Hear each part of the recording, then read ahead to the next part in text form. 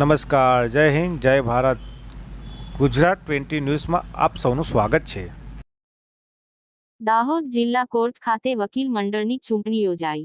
વિજેતાઓના નામો જાહેરાત કરી વિજેતા ઉમેદવારને પુષ્પમાળા અર્પણ કરી શુભેચ્છાઓ પાઠવી. આજરોજ શુક્રવાર 5 કલાકે વાત કરીએ તો દાહોદ જિલ્લા કોર્ટ ખાતે દાહોદ જિલ્લા બાર એસોસિએશનની ચૂંટણી યોજાઈ હતી, જેમાં વિવિધ પદો માટે વકીલોએ ઉમેદવારી નોંધાવી હતી.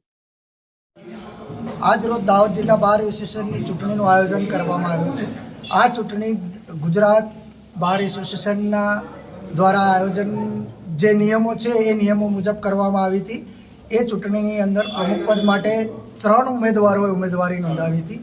એ 3 ઉમેદવારોમાં પ્રમુખ પદ તરીકે જે ઉમેદવારોએ ઉમેદવારી નોંધાવી એની અંદર જયેન્દ્ર પ્રેમશંકર દીક્ષિત કે જેઓ પ્રમુખ પદમાં વિજેતા થયા છે, તેમજ ઉપપ્રમુખ પદ માટે 2 ઉમેદવારોએ ઉમેદવારી નોંધાવી હતી. તેમાં સંજય કનુભાઈ મકવાણા જે ઉપપ્રમુખ તરીકે વિજેતા થયા છે, તેમજ મંત્રી પદ માટે 2 ઉમેદવારોએ ઉમેદવારી પોતાની નોંધાવી હતી. તેમાં જાવેદ ઇકબાલભાઈ મંસૂરી વિજયી થયા છે. સહમંત્રી પદ માટે 2 ઉમેદવારોએ ઉમેદવારી નોંધાવી હતી. એની અંદર રમેશભાઈ વેસ્તાભાઈ બબેરિયા વિજયી થયા છે. તેમજ 2 બિનહરીફ પોસ્ટ હતી. એ 2 બિનહરીફ પોસ્ટની અંદર એક પોસ્ટ ખજાનચીની હતી. ખજાનચીની પોસ્ટ માટે દિનેશભાઈ બામણીયા બિનહરીફ વિજેતા થયા છે.